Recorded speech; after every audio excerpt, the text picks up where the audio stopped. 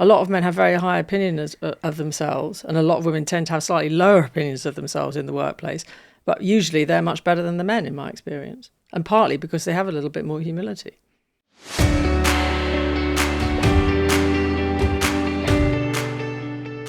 Welcome to Let's Make It Work, the podcast. Today we're exploring a really important topic, how we can support more young women to access and thrive in industries and jobs that have traditionally been harder to reach. We'll be talking about breaking down barriers, challenging perceptions, and the role modern work experience can play in helping girls aim high and step into careers where they might not always see themselves represented. I'm really pleased to be joined by three fantastic guests today. Fiona Millar, writer, journalist and education campaigner and non-executive director of CEC. Isobel Wain-Heapy, manufacturing management apprentice at Ibstock plc. And Kathryn Baddeley, head of corporate social responsibility at Cisco UK and Ireland. So let's dive in and let's make it work.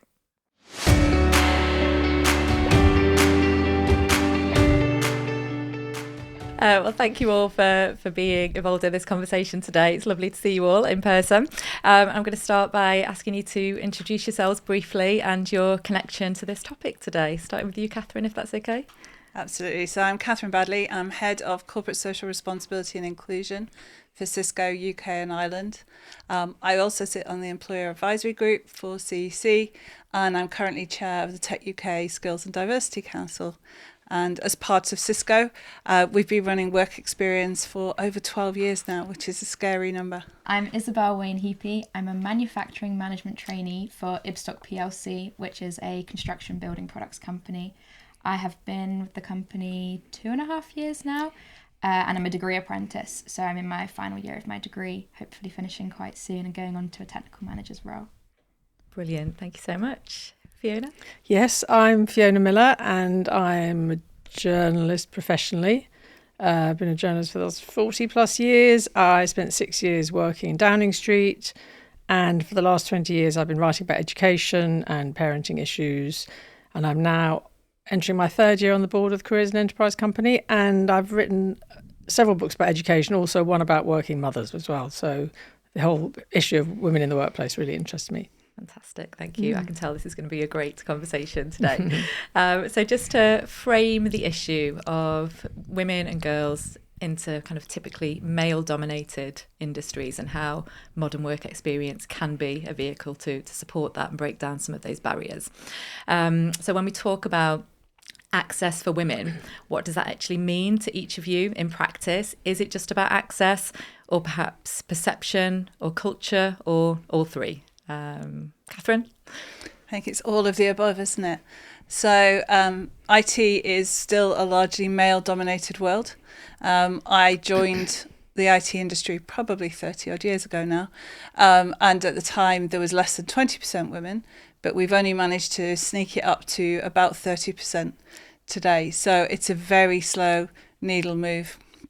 And we keep running different programs to try and improve access and visibility and role models, a lot of which we'll talk about later. But I think it really is all of the above. For me, I'd say it isn't actually access anymore, or my experience of it wasn't that it was access. It was very much so perception and maybe slightly culture, or what the culture is also perceived to be. I would say it was difficult for me in that I didn't know anyone in a role similar to mine. So I was it was a bit of a just go for it and see what happens kind of situation. But actually I found that the culture in my company is really, really good. I'm very comfortable there. I work with a lot of women who do amazing things. Some of them have pink hair. So it's a really accepting culture. And I think if I had known someone working in a job similar to mine when I'd been choosing what to do after school, it would have made the decision a lot easier. But I'm very glad I still made it despite that. That is really interesting. I'm so good to get your kind of lived experience of very recently entering into the construction sector. Any thoughts on that, Fiona, around whether it's Yes, perception? I think all the points you've raised matter, but I would add to those three the issue of sort of conditioning from a very early age. I think not enough is thought about what's going on in the home and the messages young women are getting from, probably for the early years onwards. And I think the importance of role models in their local community, in their family, in their schools, and in society more generally is incredibly important, as well as having, day-to-day access to different options. I think you can set a culture, within the home, within the community, and within society more generally, which is welcoming or not welcoming. And I worry a bit that we've come quite a long way, but we might be going slightly slipping back on that now. Yeah, really interesting, that visibility of strong prominent female, women in leadership positions. Yeah. And obviously this is still hugely important, why we're talking about it today. And as you've mentioned, Kathryn, there has been progress in recent years, but we still do see gaps in industries like construction, technology. Why do you think these barriers still exist, and especially for young women at school age? I think, again, it's perception. When I took my degree apprenticeship, I was actually embarrassed to tell my friends what I was going to do. And then when I started working and I had to wear all orange PPE and a hard hat, I was really embarrassed by it. I really didn't like it. And when we do work experience for young people in schools, we have girls come in and they don't want to put their hard hat on, which is fair enough, because it can make you self-conscious because you feel like you shouldn't be in that position. But it's a construct. There's nothing to say you can't do that. So I think it comes down to, the perception and having the confidence to be slightly different, even though it's not that different, it's still a job. So as a company, when we go out, whether it's a visit to a school or whether it's our own programs, we tend to try and lead with female role models. So we'll take out our apprentices, because actually we are making an impact. A lot of our early and career programs, whether that's a degree apprenticeship or a graduate program, are much more balanced than the rest of the company. And in fact, our leader, so my manager, Sarah Walker, is the chief executive of Cisco UK and Ireland. So we try and lead with those sorts of messages, because when you see people like you, then you can sort of imagine yourself in those spaces. The best example we've got is that Melissa Robinson, who works in my team now, joined Cisco on a work experience program on Pathways because she was told she should. So somebody at school said, oh, you should go and see them. And then by the end of the week, we'd sold her that we were a good place to work. She could start to see herself because she was being exposed to different apprentices who looked like her, who were young women. So she left, applied for the degree apprenticeship. She went all the way through the apprenticeship, and her last rotation was in my team. And as of last October, she now owns that program. So it really is one of those full circle moments where, because somebody said she should, she took that jump and went in and came to see us, realised we're not all network engineers, we're not all coders. There's lots of places that you can go according to what it is that you're interested in. And now she owns a program. It couldn't be better, could it? But how interesting that you say somebody said she should, so she did. And any thoughts on that, Fiona? Well, I'm trying to relate any personal experience. I mean, my personal experience is so completely different, which does tell you how much the world has changed. Because, I mean, when I started as a journalist, people basically got jobs because of who they knew. And it was a very, very male-dominated world, and it was kind of sink or swim. I mean, I would say there was probably under 10% reporters on national newspapers were women, 1 or 2 on each paper. And that was very formative, but I think it was off-putting. I think it was off-putting to people. And I think you still see too many men in powerful positions, and that creates a very sort of subliminal message that actually, women aren't really welcome here. So you've got to have an exceptional push from below or a role model from above to see change. I mean, I think the important thing is for young women to see as many opportunities as possible, which is why I like the modern work experience idea. So you're not just doing work experience in one place, which is quite a narrow vision, but you're getting to understand about multiple careers, and I think there are probably regional differences. I know there are regional differences. I mean, some communities have a lot of opportunities on the doorstep. Exactly, yeah. So kind of how do we use technology to connect young people who might not have immediate access due to geography? And absolutely. And we have one of our programs that we took, Pathways actually runs a fully virtual stream, because when we got to lockdown, if we can't take it online, who can? But actually, after all of that ended, we kept it because actually, if you are a student in Inverness or in Belfast or in Grimsby, where are you going to look to find tech work experience? If that's the industry that interests you, how are you going to get to have a little look inside? So we've kept it running. So whilst you can come to our offices, if you happen to be close to where we're running it, you actually can run it fully virtually. And it is still a quality experience. I think there's always a feeling that could be a sort of suboptimal, but you still see the sessions, you still see the people, you can get involved. It's designed with that in mind. So it is still a quality work experience. It's just that it happens to be a virtual one, which after all is partly how our industry works. Exactly, yes. And actually that exposure to working online is that we all work online, don't we? So actually having that through work experience is great. So Isobel, just wanted to find out a little bit more about your experience of being an apprentice, a degree apprentice in the construction sector. So it is quite a male-dominated industry. You've said a little bit about kind of how you got into it and maybe your kind of initial thoughts. What was it that actually made you choose that path, and how did you find kind of the onboarding, for want of a better word, into your current role, and what's changed now that you're helping kind of the next generation access opportunities that are similar? I feel like I don't have a very textbook answer to that question. I very much fell into my role. I didn't set out thinking I wanted to be like one of the first girls at a brick factory. I fell into it. I wanted to be a doctor, did work experience in a doctor's office, really didn't want to be a doctor anymore. But I had always been quite academic and I wanted a degree, but I didn't have the funds to pay for a degree myself, and I was a bit cautious of getting into lots of debt and everything. When I started, I was at a site near Dorking, and I was the only girl at the site that was actually properly working in the factory. We had female admins and we had a female stores coordinator who I still work with now, but they're more office-based jobs, and my job is still quite office-based because I'm a management trainee, so I've got to do the documentation side.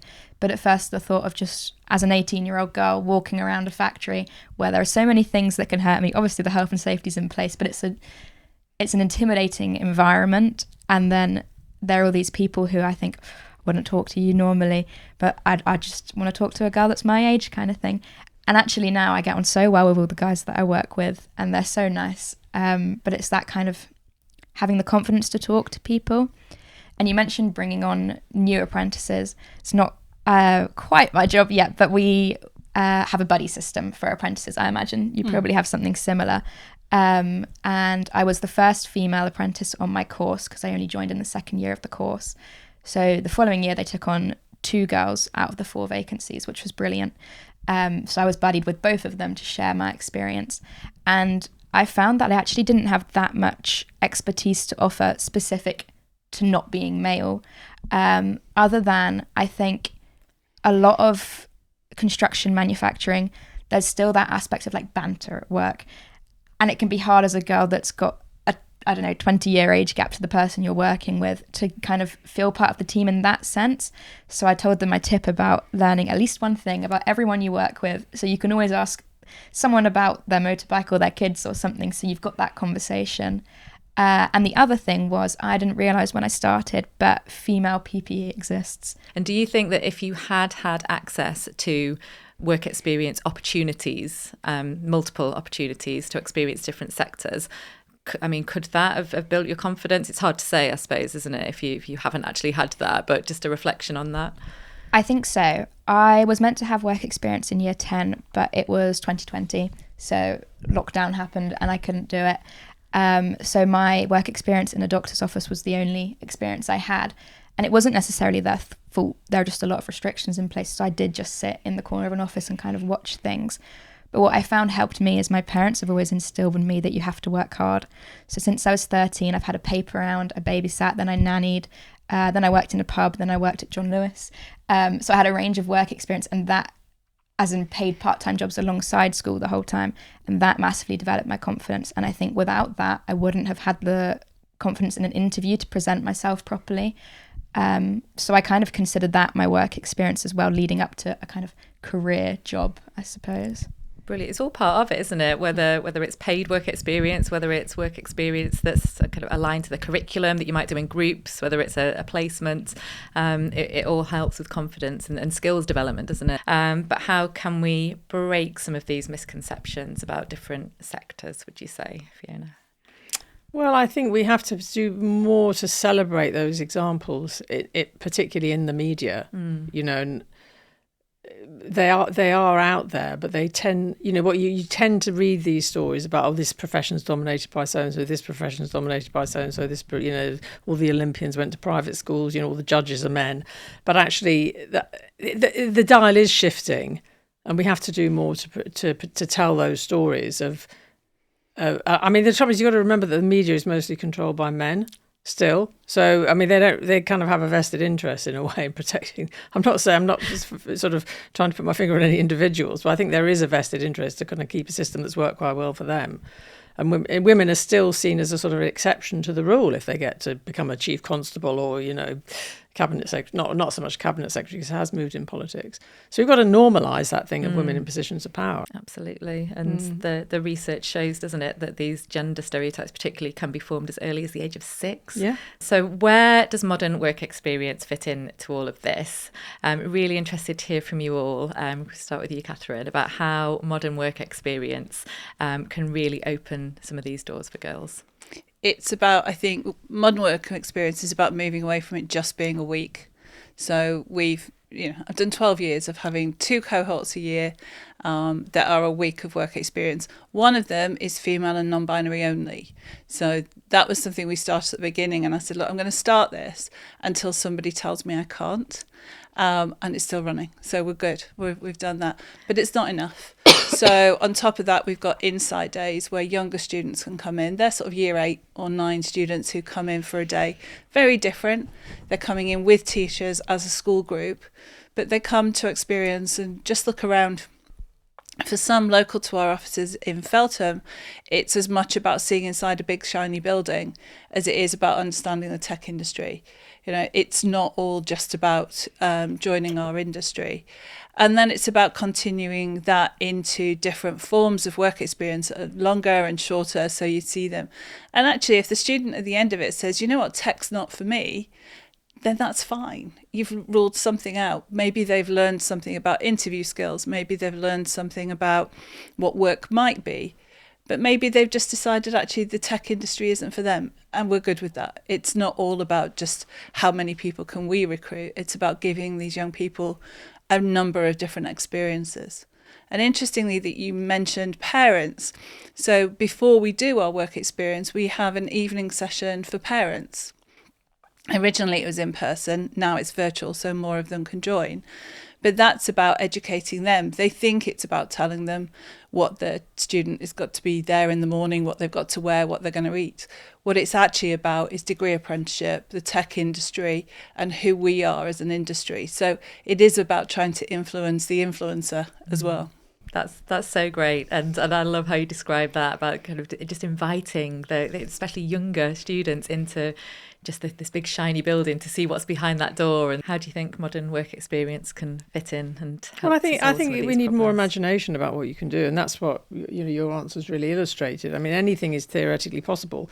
I mean, even walking through the door of an office is a work experience for some people who don't know what it means to go or have family members who go to work every day. That's perfectly possible. Knowing, somebody, you walk there, there's a reception, you sit down, you know how to deport yourself, what you should wear or what's expected of you. I think that's a work experience.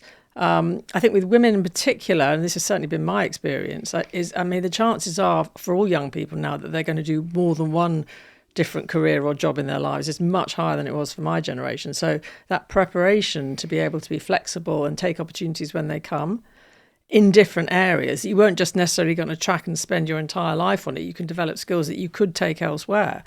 And I think, oddly enough, when we were talking about women and in the home and conditioning and so on, I mean, what girls often see is a degree of multitasking that most men won't ever have to do in their lives. Well, hopefully they will. Things might change in that regard. But, these are skills that young women, they should be skills that we're setting up positively. as things that women can take into future life. They may have a family, they may want to continue work, but that doesn't mean they can't be limited in what they can do. So I think opportunities that tell a human story as well, and this is what I mean, imagination. It's not just about the job, it's about seeing real people, how it fits into their lives, the human story, how they manage their families and their relationships with their work. I think that's what grabs people's imaginations. I think you're so right, and having the opportunity to ask those questions to a real person. And I think you've just made a really good case, actually, for that physical in-person work experience as well as virtual. You can go out and have a visit, but you could also get an enormous amount, I think, from these online sessions. I think they're probably massively underused, and having a sort of more of a mapping of the opportunities that are available to people in certain areas and trying to match up those areas with people in other parts of the country who could offer something by doing an online session would be incredibly useful. Yeah, one of our famous quotes was from a young man who said, "I never thought about working at Cisco." And you go, "Okay, fine, we're not the best known brand or whatever." He said, no, you're not on my bus route. Exactly. Imagine your life has been, and he was only from Uxbridge, so it's really not that far from our office. But his constraint was, where does the bus go from my house? Therefore, where can I work? If you contrast that with some of the systems that, we might talk through about, this is my aspirational goal and this is my vision for the future. That's such far apart ideas in terms of where can I have my career. Yeah, exactly. And understanding those barriers. So we talk about kind of addressing barriers, but actually really understanding what they are. And that is a very real barrier, isn't it? Any approaches you've seen to open doors for young women to come into the sector and hard to reach roles, if there's anything that you can think of as an example? My company, we started doing the Unbox Your Future modern work experience with Leicester and Leicestershire Careers Hub. So I was part of the initial team that put it together last year, 2024, I think we put it together, and we delivered it first last year. And the way we did that is we got a class of year 10 geography students. We gave them a presentation about the company, then we gave them a presentation setting them a research task focused around sustainability, and Ibstock has an eco-habitats product range. So we were having them design their new eco-habitat, and we had them assign roles. So someone was a marketer, a researcher, I think we had a sustainability consultant. We made up lots of different roles so they could all try something different. And then we went back a couple of weeks later, we supported them with their research, and then they came to us. We gave them a tour of one of our sites, at one of our Leicester sites. They met different people. We then did a presentation from a lovely geologist, and we also introduced them to some assessment centre tasks. So assessment centres can be really scary. They're coming if you want to be an apprentice, but no one really tells you exactly what they are. So we did some tasks for them so they can see that we're assessing your group work, we're assessing your communication in the team, that kind of thing. And then they presented these projects back to us. And it sounds like a lot of work, and it was quite a lot of work to put together. But we have, I don't want to get the number wrong, a lot of sites in the UK across the company. And what we've been able to do is roll that kind of pack out to every site. So every site can get in touch with a couple of schools a year, take on maybe 60 students a year to do this. But it means that our wider impact is across, I think, about 30 sites, massive. And we're able to target, hopefully, key demographics. And it's, again, about visibility. We, similarly to you, we encourage all the apprentices to be involved. So I think there are currently 60 apprentices on programme, and we all have to record at least 1 hour of volunteering a year, which most of us do way more than that. But it encourages us to be visible. So we're going to schools, we go to careers fairs, and we'll host school trips and things. And again, it's just that piece around visibility. I think that would probably be my key thing. Like, my key message is just, if we're visible, I don't feel that I'm anything special in my job role. I just go to work and I come home again, and that's kind of it. But that might be the difference for someone that was considering something and then decides maybe it's not for them just because they've not seen anyone like them. So I think anything around modern work experience and getting as many well-rounded experiences as you can is very positive.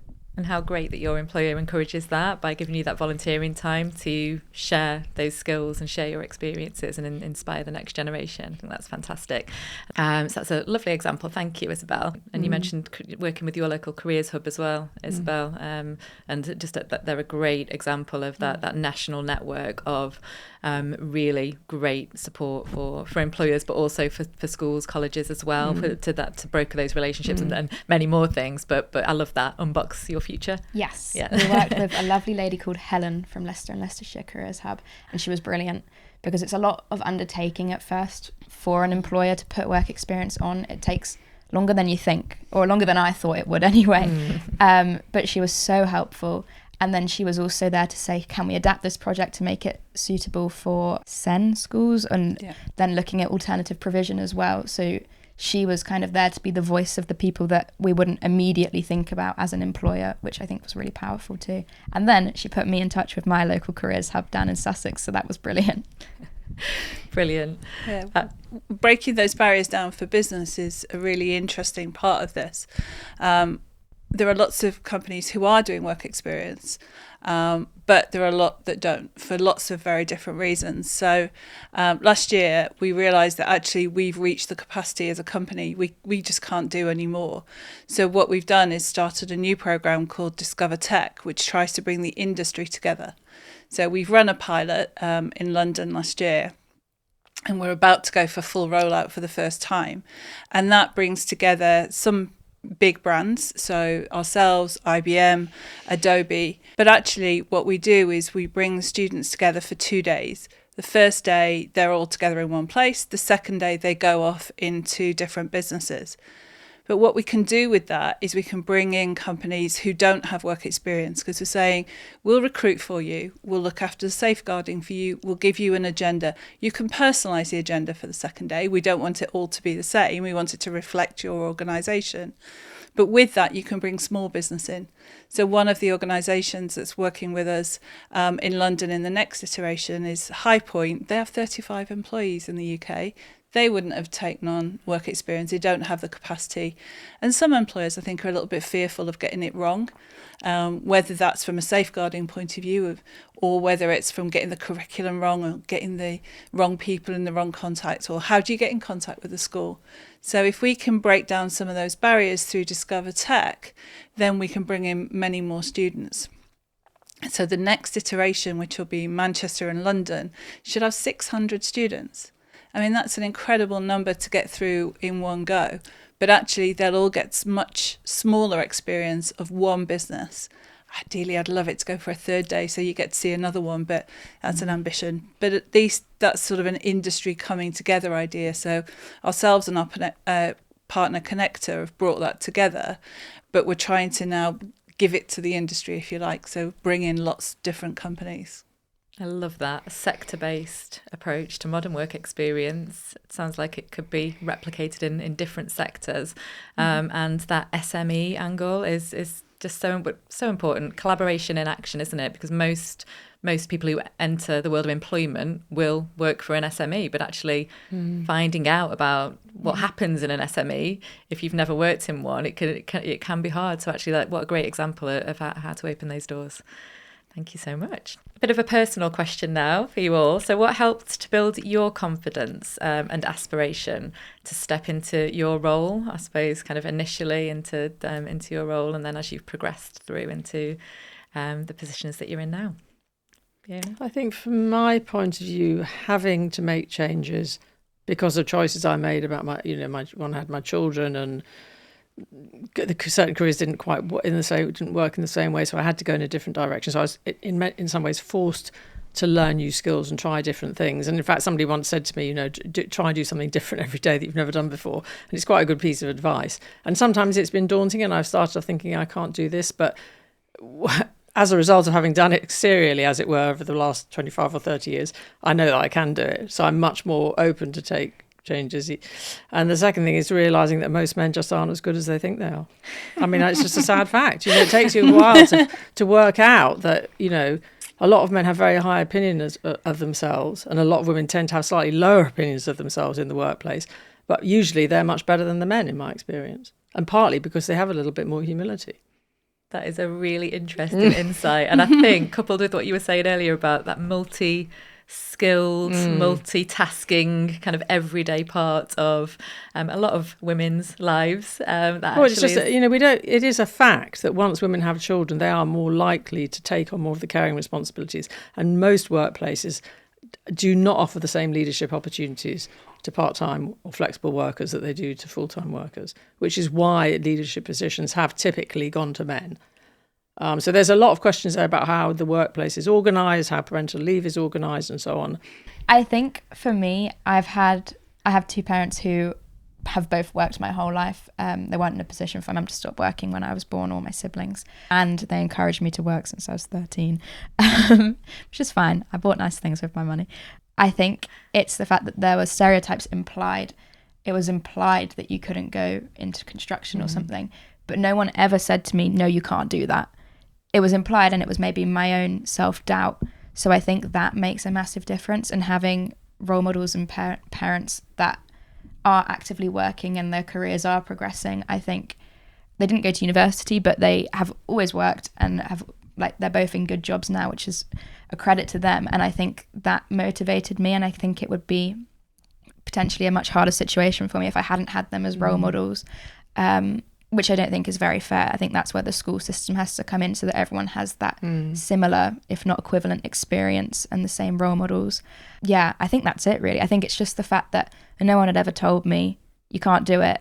And it was, what's the worst that could happen? I might not like it, but then I'll just try something else, I think, really. Yeah, it wasn't a particularly difficult decision, aside from the fact that my friends were going to university and I was saying, I'm going to go work in a brick factory. And I wasn't very confident in that, but I am now, and I really enjoy it.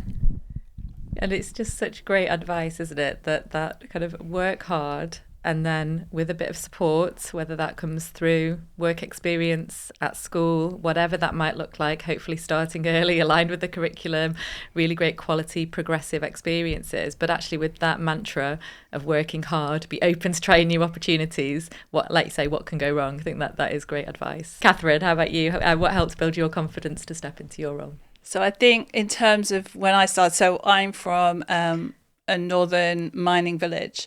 So my work experience was in a building society, because if you were a bit academic, the aspiration for a woman was you could be a solicitor, a teacher, or you could work in the bank. And that was pretty much it. There was nothing else. So my goal became getting out of there, making it a much wider. So I went to university, but I never knew what else I was going to do. I just knew that if I got to university, I was out in that wide world, and then I could work out where I went after that. And I've been in all different sorts of roles. And I think we come back to very similar things. If somebody gives you an option to do something, if somebody starts a conversation with you, be open, be ready to jump into something. So I got one of my roles at Cisco. So I've been at Cisco for a very long time, 28 years, but I've done so many different jobs. And one of them was somebody calling me saying, do you know somebody who might be interested in that? I was like, actually, yes, I could be. Now, obviously, I'm sure he had that in mind, but he didn't want to open with that as a conversation. So I think it is about making a step where you see a little chink in a door of an opportunity to step through, and be open-minded to see whether that might be for you. And like you say, what's the worst that could happen? It can't be a disaster, can it? You've just got to go in and be brave. I have worked through having 2 children, and I'm lucky that this industry actually is one of those industries where you can be flexible. I didn't have to miss an assembly or a teacher conference or anything like that. I could go along and then work at a different time of day. So my daughters, who are now 21 and 27, grew up knowing that mum could be on a call with America or with China, or, speaking to someone. And I think that gave them a horizon that was so different from the one that I grew up in, when it was just so narrow. And that, for me, is about that confidence. And I think the other thing is, where you are the only woman, use that to your advantage. So my first leadership training at Cisco was for 50 people. There was 49 men and me. I went over to Amsterdam for that one. And even to this day, occasionally someone will bump into me and say, oh, we met you. Now, I have no idea who they are because there was 49 men who all looked largely similar, and me. So sometimes being the only woman in a room can be something. You are then memorable at the very least to all the rest of the people in the room. So you can use that for your advantage as you go through life after that.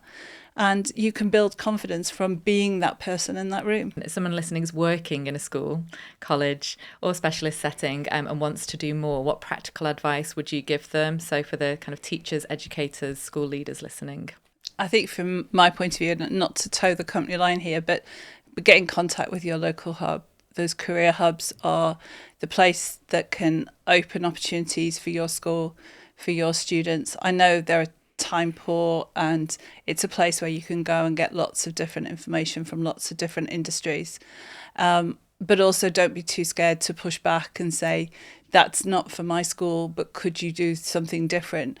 We won't always be able to as a business to do it, but we might know someone who can.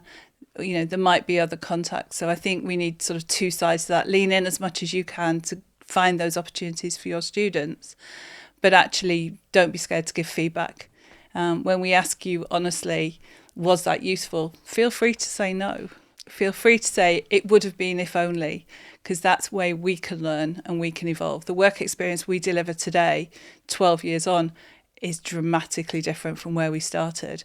And that's based on information from students who took the work experience and from teachers and educators who leaned in and gave us some better experience that we could work with. I struggle to come up with an answer. I think there's a couple of bits I'd like to touch on. The first is that as a very academic student, when I was in kind of secondary school, I was the girl that if Ofsted came, Izzy will speak to them because I'll say what they want to say. But that also meant I was offered a lot more opportunities for school trips and things than a lot of my friends. And I think there's something to be done around, maybe even subconsciously, schools will often pick the same students lots of times and then others maybe never. So it's making sure that everyone actually does have the same level of access to different experiences.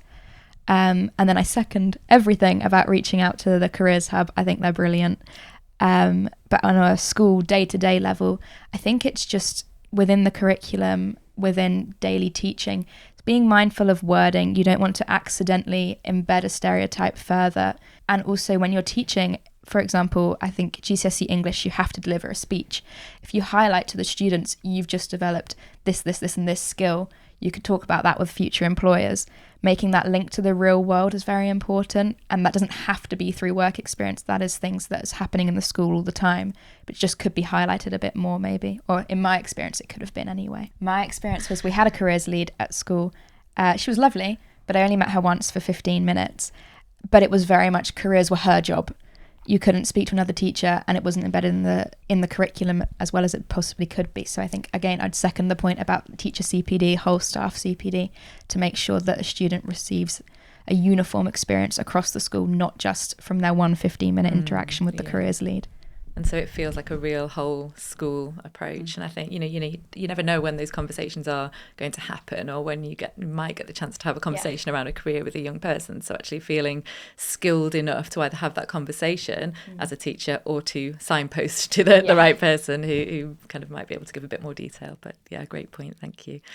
Fiona? Yeah, well, I think obviously reach out to your careers hub and local employers, but I think look more closely at the role models you've got in your own school community. I mean, I did a focus group with a group of young people recently, and I asked them about the role models, and I really was expecting them to say, this influencer, that actress, that football player, or whatever. They all talked about people in their families, all of them, and not necessarily, particularly high-flying jobs. Thank you so much. And final question. So we ask every guest this, and it is about your dream version of modern work experience and what that would look like. And for this episode, specifically about opening up opportunities for girls and young women. So what would your dream work experience look like? So I'm very interested to hear from you both. If you were able to go and do work experience and go and experience it for yourself, what would you choose? Can I be really boring and say I'd really like to go into my industry but be technical? because although I've worked in this industry for a long time, I'm wholly not technical. My retirement plan has always been to take one of those technical qualifications. So I think actually, if I could take that sort of engineering route, I think I would have been really excited by that and interested in it. But, I'm old enough that actually what didn't exist when I was at school, and I just never took the right turn to get into it. So I'd love to go and sit and do something like that. That's a great answer. Just going a bit deeper and delving into a little bit of a different direction in your current sector. How about you, Isobel? I thought of two answers. The first is my degree kind of touches on chemical engineering, and I have a friend who is a chemical engineer or training to be a chemical engineer working at Cadbury's, and I think that's very cool to kind of live out the Charlie and the Chocolate Factory dream. And the other would be nothing to do with what I'm doing now. I would like to be a kind of luxury travel agent that just goes on the holidays and reviews them. Yeah, I think I would like to experience the criminal justice system from beginning to end. I know quite a lot of lawyers, but I'd be really interested to see all the steps in the process, going from, the police investigation, how the Crown Prosecution Service works, how things get to court, how the court system works, and how the justice system works. Because I did jury service late last year, and I found it quite fascinating. I hadn't quite thought about it, that journey that you have to take to get to that point, and I think it'd be really interesting to find out more about that. Yeah, and the hundreds of opportunities within that one system for different careers. Fascinating. Thank you all. It's been a pleasure talking to you. And lovely to meet you. Really appreciate your time today. Thank you. Thank you. Thank you. Thank you.